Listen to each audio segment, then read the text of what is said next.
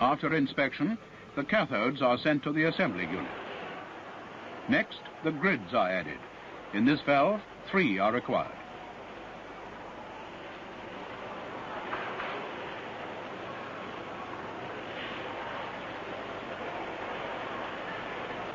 The function of the grids, you will remember, is to control the flow of electrons passing from the cathode to the anode.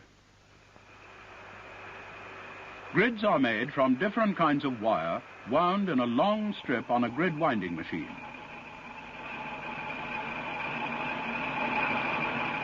As the machine spins round, it anchors the fine grid wire into notches made automatically in the backbone wires.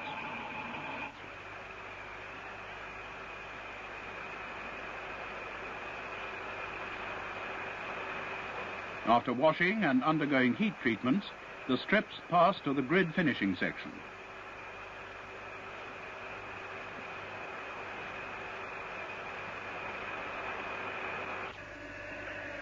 Here the strips are cut into separate grids and gauged to ensure that they are the correct size.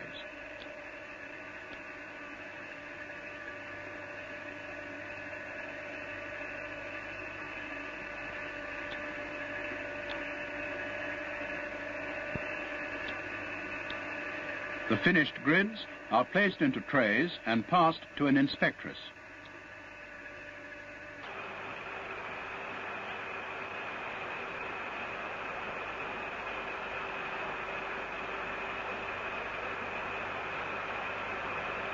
On the latest type of grid winding machine, all these operations are carried out automatically. The grids are wound,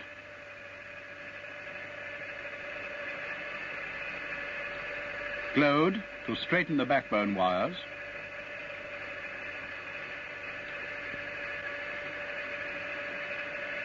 cut into separate grids and stretched to the required size, and deposited into a tray. You will notice that at no time are they touched by hand.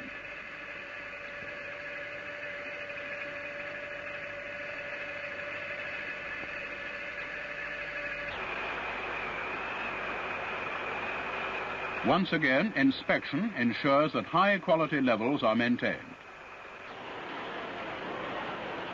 This is an anode being placed in position.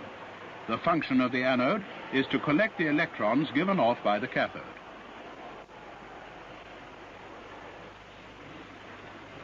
Here in the power press room, anodes are stamped from flat metal strip. In the case of the anode we have just seen, this machine stamps out 2 separate halves, stitches them together, and deposits the finished component into a bin. Here are the separate stages. Anodes are made in a variety of shapes and sizes to comply with the requirements of the various types of valve. Some anodes are made in sections which are later joined together by welding. Here is one type for a valve, and another for a cathode ray tube.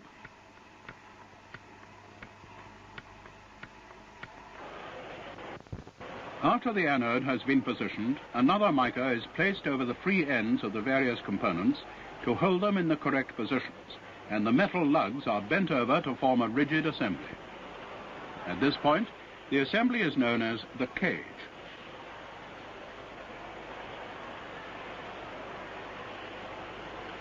There are many different types of valve, and therefore many different methods of assembly. Here you see valves being made by traditional methods. It will be obvious that the standard of quality obtained depends largely on the skill and dexterity of the operator.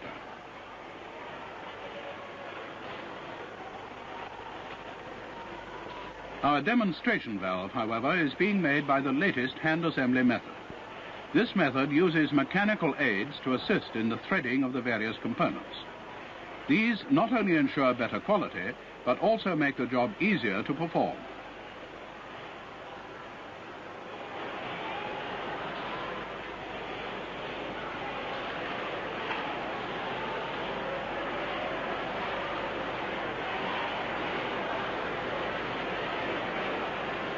Even left-handed operators find no difficulty in using these machines.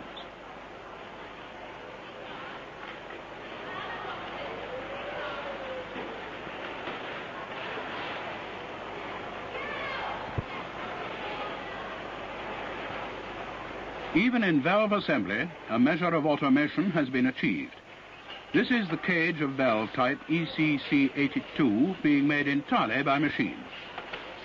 Slides pass along the machine, receiving in turn the first mica, the first grid, followed by the first cathode and the first anode, completing half of the valve. Now the second grid, the second cathode, and the second anode, all held in place by the second mica. It is checked to ensure proper seating.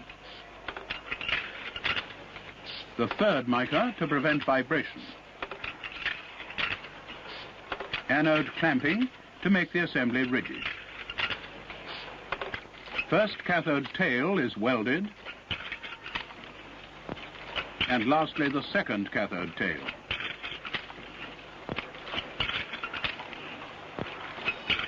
You will remember that we left the construction of our demonstration valve as the operator was completing the cage. Whilst we've been looking at the fully automatic machine, the cage has been transferred to another operator who is welding the grid 1 strip, inserting the heater, and welding the cage to the valve base.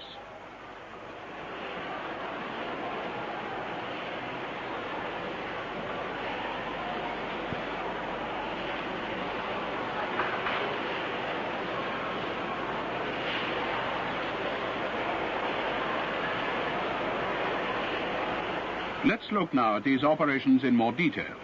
First, the strip, which is used to connect grid 1 to one of the base pins. And now, the heater.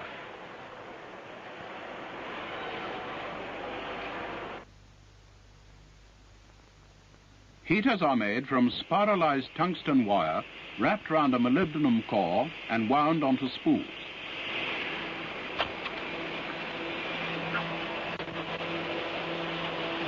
Here is the heater department, in which the spools are placed directly onto this machine, which automatically cuts the wire to length and bends it to the required shape.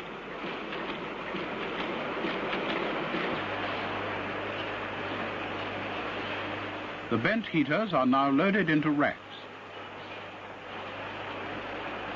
and passed to another operator who immerses them in a bath containing an insulating material.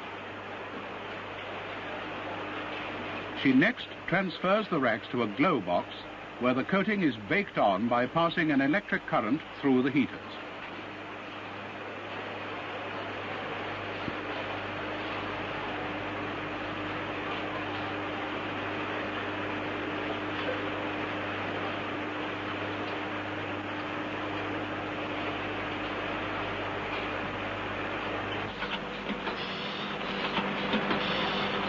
Here again, a machine has been developed which not only automatically cuts and shapes the heaters, but also carries out the operations of coating and glowing.